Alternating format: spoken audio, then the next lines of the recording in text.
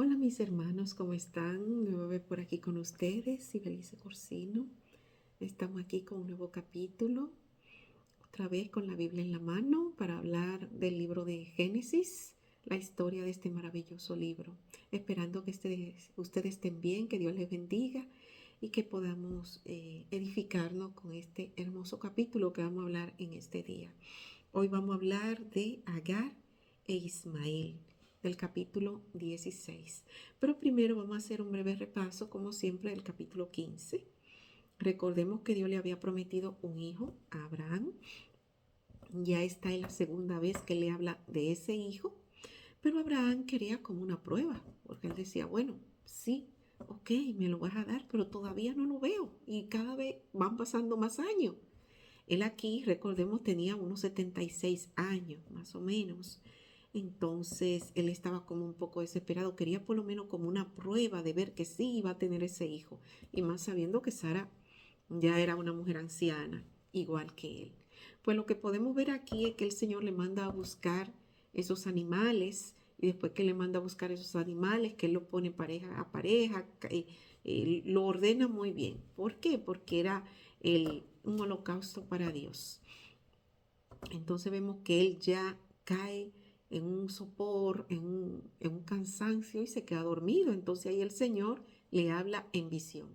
Cuando el Señor le habla en visión, él explica lo que le va a pasar a su descendencia. No le habla del hijo que le va a dar, sino se va más allá para que su fe se fortalezca y para que crea todavía con más fe. Es decir, para que su fe se aumente todavía de una manera aún más fuerte.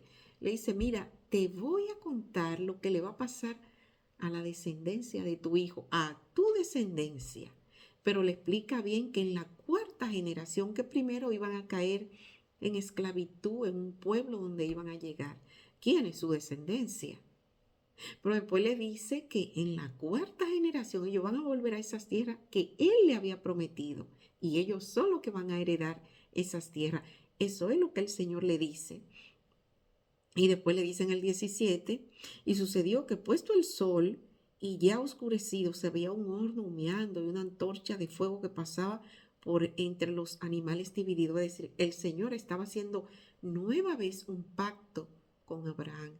Al pasar esta antorcha, esta luz, era el pacto que el Señor le estaba restableciendo, porque ya él lo había establecido, pero esta vez se lo está reconfirmando para que Abraham tuviera fe y no tuviera esa duda, esa incertidumbre por su edad, por la edad de Sara, etcétera, y por la manera humana que él veía que era todo como que muy difícil. Entonces el Señor le rectifica la palabra y le dice aquí en el 18, en aquel día hizo Jehová un pacto con Abraham, diciendo a su descendencia, daré estas tierras. Entonces dice, desde el río de Egipto hasta el río grande, el río Éufrates.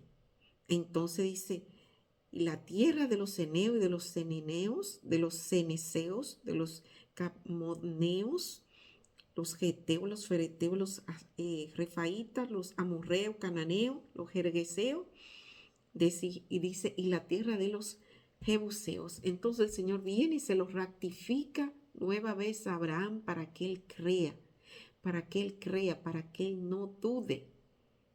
Y aquí vemos que el Señor le termina diciendo, esa es la respuesta que tú me pediste. Él dijo, ¿en qué lo veré?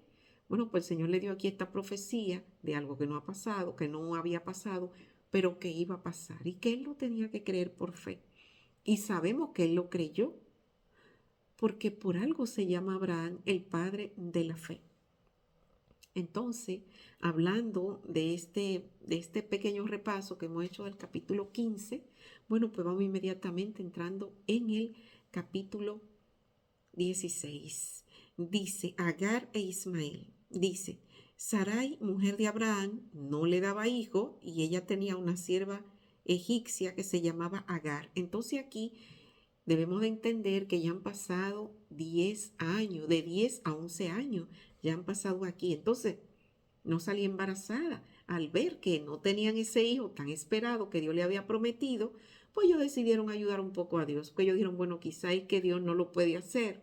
esto es muy difícil, estamos viejos, entonces el Señor no lo puede hacer con nosotros dos.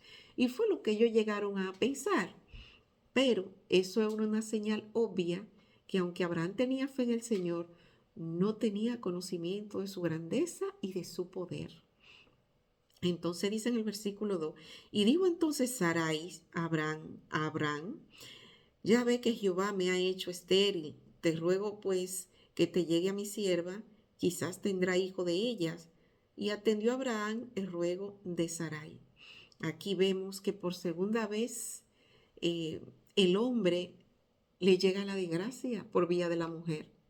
Adán le llegó su desgracia fue por vía de Eva. Y ahora vemos otra vez que la desgracia llega a Abraham a través de Sarai por escuchar la voz de ella, porque aquí también él estaba desobedeciendo la voz de Dios y estaba escuchando más la voz de ¿quién? De su mujer amada.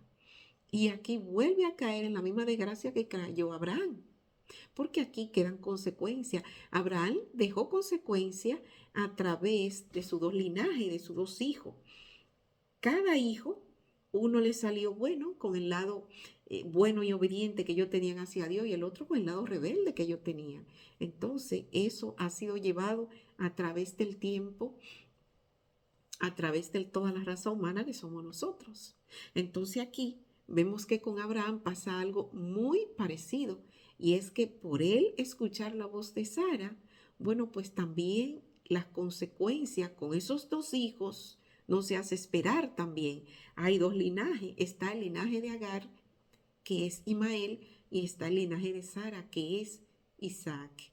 Entonces, dice en el versículo 3, y Sarai, mujer de Abraham, tomó a Agar, su sierva egipcia, al cabo de 10 años. Ven, habían pasado 10 años que Dios le había hecho aquella promesa en el capítulo 15, pero habían pasado ya 10 años, dice, y al cabo de 10 años que habían habitado Abraham, ella y Abraham en la tierra de Canaán, y la dio por mujer a Abraham, su marido. Dice, y él se llegó a Agar, la cual concibió, y cuando vio que había concebido, miraba con desprecio a su señora. ¿Quién miraba con desprecio a su señora? Bueno, pues Agar, porque, bueno, pues ella fue quien decidió romper su matrimonio. Ella decidió entrar algo que Dios no había puesto allí. Ellos eran dos, no más. Pues ella hizo que su marido adulterara. Encima, aquí él ha transgredido los mandamientos de Dios, los dos, y por ende queda una consecuencia nefasta a través de los siglos por estos dos linajes que se forman, la de Caín, Ismael y la descendencia de Isaac. Entonces vemos que ya ella está mirando a Sara con desprecio, es decir, le está mirando con el ojo levantado para arriba y Sara se da cuenta y dice, hey, ¿qué pasa? Espera, aquí la que manda soy yo. Pero entonces Sarai dijo a Abraham, mi afrenta sea sobre ti y yo te di mi sierva por mujer. ¿Qué ella le está diciendo a Abraham con que mi afrenta sea sobre ti? Decir, mi vergüenza de no poder darte un hijo al punto que llegué a darte mi sierva. Entonces, mi afrenta, mi vergüenza de ser como una mujer, ¿no? Como un árbol seco, de no poder darte un hijo, me afrenta, sea sobre ti. Entonces dice, viéndose encinta, me mira con desprecio, juzgue Jehová entre tú y yo. Claro, si Jehová iba a juzgar, ahí en realidad quien iba a salir perdiendo era Sarai, porque bueno, porque ella fue la que formó toda esta historia que Dios no había mandado.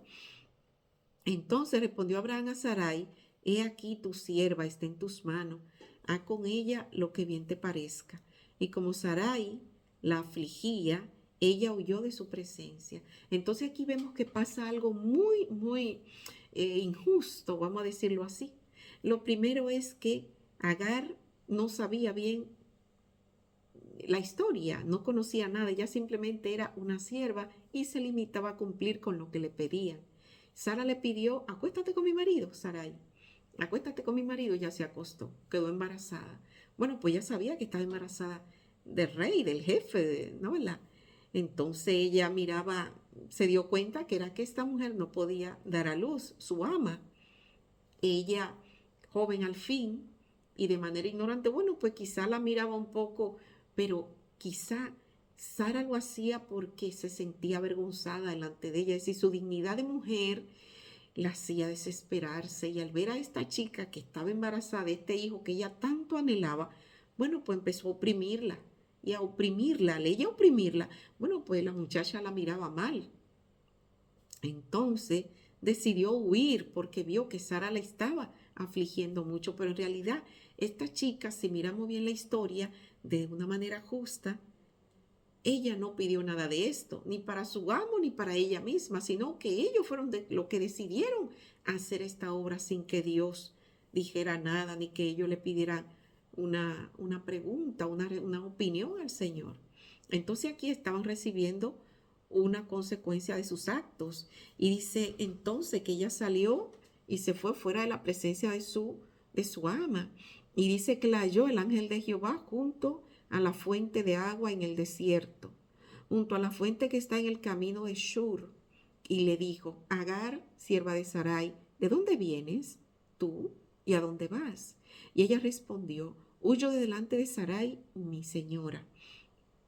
Y le dijo el ángel de Jehová: Vuélvete a tu señora y ponte sumisa bajo sus manos. Le dijo también el ángel de Jehová: Multiplicaré tanto tu descendencia que no podrá ser contada a causa de la multitud. Entonces estamos viendo aquí que el Señor se le presenta a Agar. Todavía el Señor no se le había presentado a Sara, sino a esta chica que había sido, estaba siendo presa de su desgracia por ser una esclava. El Señor es tan justo, el Señor es tan bueno, el Señor es tan misericordioso, que el Señor permitió que ella lo viera y que ella también creyera en este Dios de Abraham. Porque a partir de este momento ella cree en el Dios de Abraham, en el Dios de su ama, en el Dios de su amo. ¿Por qué ella cree en el Dios de Abraham? Bueno, porque ella escucha la voz de él y vuelve a casa de su ama. Eso quiere decir que ella no lo veía, pero decidió escuchar su voz. Entonces cuando ella decide volver, entonces dice: él será un hombre fiero. Entonces le promete que le va a dar un hijo que va a tener una grande descendencia. Y le dice: y concibió y dará a luz un hijo y llamará su nombre Ismael, porque Jehová ha oído tu aflicción. Es decir, el Señor en su justicia, en su misericordia, escuchó la voz de la esclava y también la bendijo. Iba a bendir la descendencia de este chico. Claro, porque eso fue lo que ellos decidieron: tener un hijo por su cuenta, es decir, un hijo que representaba la humanidad, representaba al hombre, no representaba a la espiritualidad ni al Dios, que quería hacerlo de manera espiritual y de acuerdo a su propósito misericordioso. Bueno, pues ellos crearon un hijo de acuerdo al hombre, que es lo que podemos ver hoy, que el hombre siempre está haciendo cosas de acuerdo a la criatura, no al mandato de Dios. Entonces dice: será un hombre fiero, su mano será contra todo, contra todos, y la mano de todos contra él. Delante de todos sus hermanos habitará. Entonces llamó el nombre de Jehová que con ella hablaba: Tú eres el Dios que ve, que me veo, el Dios que ve, porque dijo: no he visto también aquí al que me ve. Es decir, ella llamaba al Dios que me ve, al Dios que ve, porque él la veía a ella, pero ella no lo podía ver a él, sino que escuchaba sus palabras. Entonces dice: por lo cual llamó el pozo del viviente, que me ve. He aquí está entre Cades y Beret. Y Agar dio a luz un hijo a Abraham, y llamó a Abraham el nombre del hijo que le dio a Agar, Ismael. Era Abraham de edad de 86 años cuando Agar dio a luz a Ismael. Entonces vemos que ya aquí había pasado un año más, ya eran 11 años, y Sara no había salido embarazada, sino que Agar le dio a luz este hijo. Entonces, Abraham, que le puso el nombre de Ismael, señala que Sara a Agar le explicó la visión que había visto con el Dios que la vio, ¿no verdad? El Dios que la vio. Entonces ella decidió contarle esta visión, y por esa razón le ponen el nombre de Ismael. Es decir, Abraham le pone el nombre de Ismael porque él creyó lo que ella le contó. Entonces, aquí podemos ver que claramente la fe de Abraham estuvo débil. Tuvo débil nueva vez. ¿Por qué? Bueno, porque ya él había vivido una experiencia en la historia del rey de Egipto y vio cómo el Señor lo libertó. Otra cosa es que 10 años antes el Señor le había prometido, le hizo que le trajera una ofrenda para él volver a rehacer este pacto, es decir, para reivindicar el pacto, para intensificar ese pacto que ya él había hecho con Abraham. Incluso no le habla en sí del hijo que iba a tener en ese momento, que todavía iban a faltar unos años, sino que le habla de sus descendientes más lejanos para que él vea que era algo cierto 100%.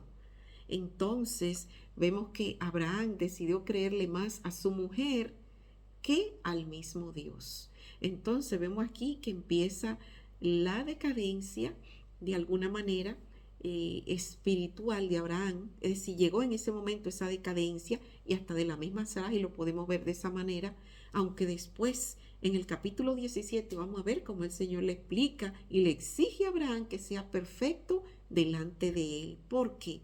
Bueno, porque Abraham, su fe estaba que iba y venía, y el Señor quiere que cuando nosotros le sirvamos sea con una fe sólida, seamos verdaderamente íntegros en la palabra, en el pensamiento, en nuestro estilo de vida y en todo cuanto hagamos para honrar al Dios verdadero. Entonces aquí Abraham pensó que en realidad Dios quería darle el hijo, pero como habían pasado prácticamente 10 años, él dijo, no, es que Dios no puede. Y aquí empezó de nuevo, cayó nueva vez en la duda, en la incertidumbre y en que quizá Dios no podía, al punto de permitir que su esposa hablara y él escuchar la voz de su esposa. Y no tan solo escucharla, sino que la obedeció, al punto que vemos que trae este hijo, que lo que trae es sufrimiento y dificultad entre estas dos mujeres que ya eran dos mujeres de él. Entonces empieza la aflicción y el sufrimiento para Abraham por medio de este hijo que él decidió tener, que Dios no le había dicho que hiciera ni que tomara la decisión de hacerlo sin su permiso. Porque aquí vemos de nuevo que el diablo, que el Señor lo reprenda, quiere echar por tierra el propósito de Dios. ¿Qué hizo aquí? Bueno, que sabía que ese hijo venía a través de el linaje de Abraham, el linaje santo. Pues él volvió a mezclar, así como quería mezclar en Egipto a Sara con el rey de Egipto, con alguno de los príncipes y la cogieran para su mujer y Abraham fuera muerto. Bueno, pues ahora vemos que él usa a una esclava dentro del círculo de Abraham para que sea su amante, vamos a decir, y él adultere, ¿no verdad? Porque entonces cogió esta chica, escuchó la voz de Sara, porque en realidad el enemigo habló a través de Sara y Abraham lo escuchó. Entonces él adultera con esta chica, con esta sierva que era de su grupo de séquito que él tenía, adultera con esta chica y ya mezcla su linaje con el linaje pagano, porque recordemos que esta chica era egipcia y por lo tanto sus genes, su sangre, su creencia eran idólatras. Entonces aquí ya hay una mezcla, una amalgama con este chico que va a venir y que fue hecho por vía de seres humanos, no porque Dios decidió que fuera